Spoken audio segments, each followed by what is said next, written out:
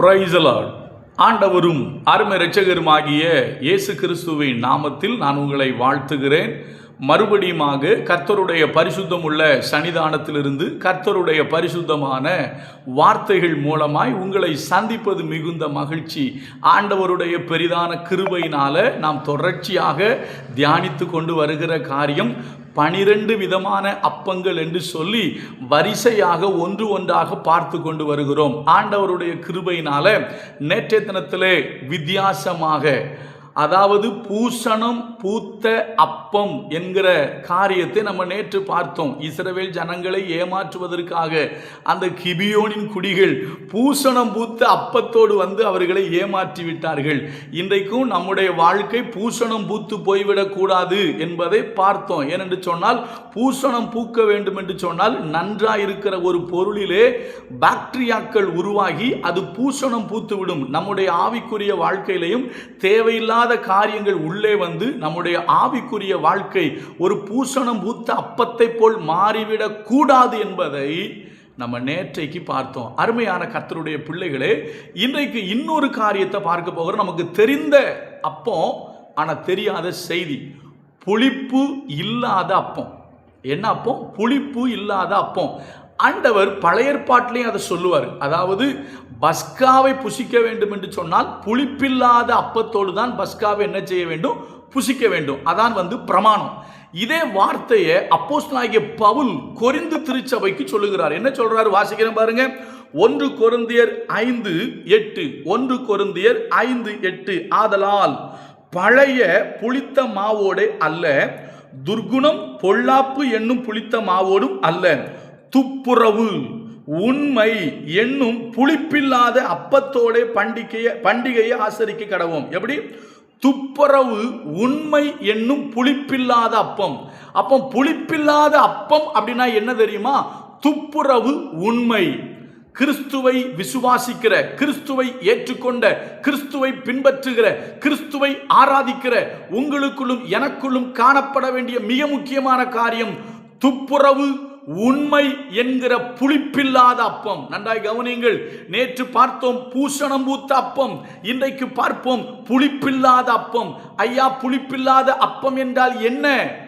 என்னிடத்திலே உண்மை இருக்க வேண்டும், என்னிடத்திலே துப்புரவு இருக்க வேண்டும். துப்புரவு உண்மை என்கிற புளிப்பில்லாத அப்பம். நல்லா கவனிங்க. துப்புரவுன்னா தெரியும், சுத்தம்.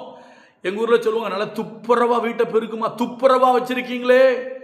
திருநெல்வேலியில் இந்த பாஷையை பேசுவாங்க. நல்லா துப்புரவா, சுத்தமா, அது துப்புரவா அதை கழுவி விடு, இல்லை துப்புரவா பெருக்கி விடு, உங்க வீடு துப்புரவா இருக்கு அப்படிம்பாங்க. துப்புரவுனா சுத்தம்னு அர்த்தம். ஒன்று புரிஞ்சுக்கிடுங்க, உங்ககிட்ட துப்புரவு இருந்தாதான் தேவராஜ்யத்தில் பிரவேசிக்க முடியும். இப்போ வாசிக்க பாருங்க அடுத்த ஒரு வசனத்தை.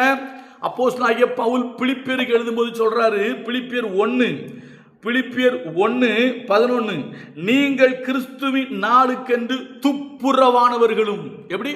நீங்கள் கிறிஸ்துவின் நாளுக்கென்று துப்புரவானவர்களும் இடரல் அற்றவர்களுமாய் இருக்கவும் வேண்டுதல் செய்கிறேன். அப்போ கிறிஸ்துவின் நாளுக்காக ஆயத்தப்பட்டவர்கள், ஆயத்தப்படுகிறவர்கள் யார் தெரியுமா? கிறிஸ்துவின் நாளில் கிறிஸ்துவோடு கூட வாழப்போகிறவர்கள் யார் தெரியுமா? துப்புரவானவர்கள். அருமையான கர்த்தருடைய பிள்ளைகளே, அதனால தான் அப்போஸ்தலனாகிய பவுல் சொல்கிறாரு, துப்புரவு உண்மை என்கிற புளிப்பில்லாத அப்பத்தோடு பண்டிகையை ஆசரிக்க கடவுன்னு சொல்றாரு. தேவ பிள்ளைகளே, உங்களுக்குள்ளும் எனக்குள்ளும் காணப்பட வேண்டிய முக்கியமான ஒரு காரியம் துப்புரவு உண்மை என்கிற புளிப்பில்லாத அப்பம். நம்ம துப்புரவானவங்களா இருக்கணுங்க, சுத்தமானவர்களா இருக்கணுங்க. எந்த ஒரு காரியமும் நம்ம கிட்ட இருக்கக்கூடாது. இயேசு சொல்வார் தெரியுமா? இந்த உலகத்தின் அதிபதி என்னிடத்தில் வருகிறான், அவனுக்கு என்னிடத்தில் ஒன்றும் இல்லை. அப்போஸ்தலனாகிய பவுல் கூட சொல்வார், என்னிடத்தில் நான் யாதொரு குற்றத்தையும் அறியேன், ஆகிலும் அதனால் நான் நீதிமான் அல்ல, என்ன நியாயந்திருக்கிற ஒரு கர்த்தர் அப்படிம்பாரு. அப்ப அவங்களாம் சொல்றாங்க, என்கிட்ட எதுவுமே எந்த தப்பும் எனக்கு தெரியல. அந்த அளவுக்கு நம்ம ஆவிக்குரிய வாழ்க்கையில் வளரணும். என்கிட்ட எந்த தப்பும் எனக்கு தெரியல, ஆண்டவருடைய கிருபையினால நான் சுத்தமாக இருக்கேன், நான் பரிசுத்தமாக இருக்கேன்னு சொல்லக்கூடிய அளவுக்கு நம்ம வாழ்க்கை இருக்கணும். அப்போ புரிந்து கொள்ளுங்கள், துப்புரவு உண்மை என்கிற புளிப்பில்லாத அப்பம். நமக்கு ரொம்ப முக்கியங்க. உண்மை உண்மை உண்மை. கிறிஸ்தவ ஊழியக்காரனுக்கு தேவை உண்மை, கிறிஸ்தவ விசுவாசிக்கு தேவை உண்மை, கர்த்தருடைய ஆலயத்துக்கு வருகிற கர்த்தருடைய பிள்ளைகளுக்கு தேவை உண்மை. எல்லாவற்றிலையும் உண்மையா இருங்க, துப்புரவா இருங்க. அப்படி இருந்தீங்கன்னா அதுக்கு பேரு புளிப்பில்லாத அப்பம். நீங்க துப்புரவா இருந்தீங்கன்னா தேவ ராஜ்யத்தில் நீங்க பிரவேசிப்பீங்க.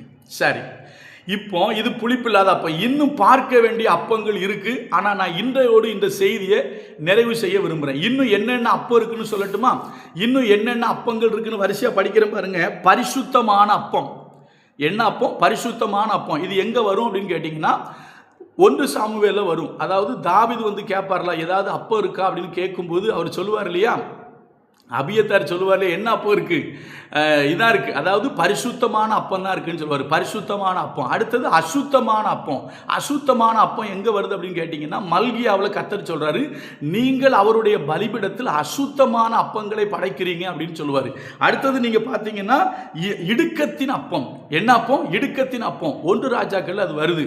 நீங்க பார்த்தீங்க அப்படின்னா ஆகாப் யுத்தத்துக்கு போகும்போது இந்த மிகாயான்னு ஒருத்தர் தீர்க்கதரிசனம் சொல்லுவார் பார்த்தீங்களா, அவரு ஆகாப்புக்கு அதாவது உண்மையா கர்த்தருடைய வார்த்தையை சொல்லுவார். அப்படி உண்மையா கர்த்தருடைய வார்த்தையை சொன்ன உடனே ஆகாப் சொல்லுவான், நான் வர்ற வரைக்கும் இவனுக்கு இடுக்கத்தின் அப்பத்தையும் இடுக்கத்தின் தண்ணீரையும் கொடுங்க அப்படின்னு சொல்லுவார். அதே போல் அது 2 நாளாகமத்திலையும் அந்த வார்த்தை இருக்குது, இடுக்கத்தின் அப்பம்னு இருக்குது. சரி, அடுத்தது நீங்க பார்த்தீங்கன்னா தூதர்களின் அப்பம். மன்னாவுக்கு இன்னொரு பேர் என்ன? தூதர்களின் அப்பம். அடுத்தது நீங்க பார்த்தீங்கன்னா ஆகாமியத்தின் அப்பம். ஆகாமியத்தின் அப்பம் எங்க வருதுன்னா நீதிமொழிகளில் 4:17 போட்டிருக்கு. நீதிமொழிகள் 4:17 ஆகாமியத்தின் அப்பம். அடுத்தது பாருங்க துன்பத்தின் அப்பம். ஏசாயா 30:22 ஆண்டவர் உங்களுக்கு துன்பத்தின் அப்பத்தை கொடுத்தாலும் உங்கள் போதகர்களின் உங்கள் கண்கள் உங்கள் போதகர்களை காணும் அப்படின்னு ஒரு வார்த்தை இருக்கும். ஏசாயா 30:22. அப்புறம் சங்கீதம் 85 கண்ணீராகி அப்பம். இன்னும் எத்தனை அப்பம் இருக்கு? கண்ணீராகிய அப்பம். சரியா? அப்போ மறுபடியும் சொல்றேன், பரிசுத்தமான அப்பம், அசுத்தமான அப்பம், இடுக்கத்தின் அப்பம், தூதர்களின் அப்பம், ஆகாமியத்தின் அப்பம், துன்பத்தின் அப்பம், கண்ணீராகிய அப்பம். இத்தனை அப்பங்கள் இன்னும் தியானிக்க வேண்டியது இருக்குங்க. நான் எல்லாத்தையும் சொல்லிட்டு நீங்க வாசிங்க. கர்த்தர் உங்களுக்கு உதவி செய்வாருங்க. கர்த்தர் நமக்கு அடுத்த வாரம் என்ன சொல்றாரோ அதை நம்ம தியானிப்போம். மறுபடியும் சொல்றேன், கர்த்தருடைய நாளுக்காக நீங்க துப்புரவானவர்களா வாழுங்க. துப்புரவானவங்க, உண்மை உள்ளவங்கன்னா யாரு தெரியுமா? புளிப்பில்லாத அப்பம்.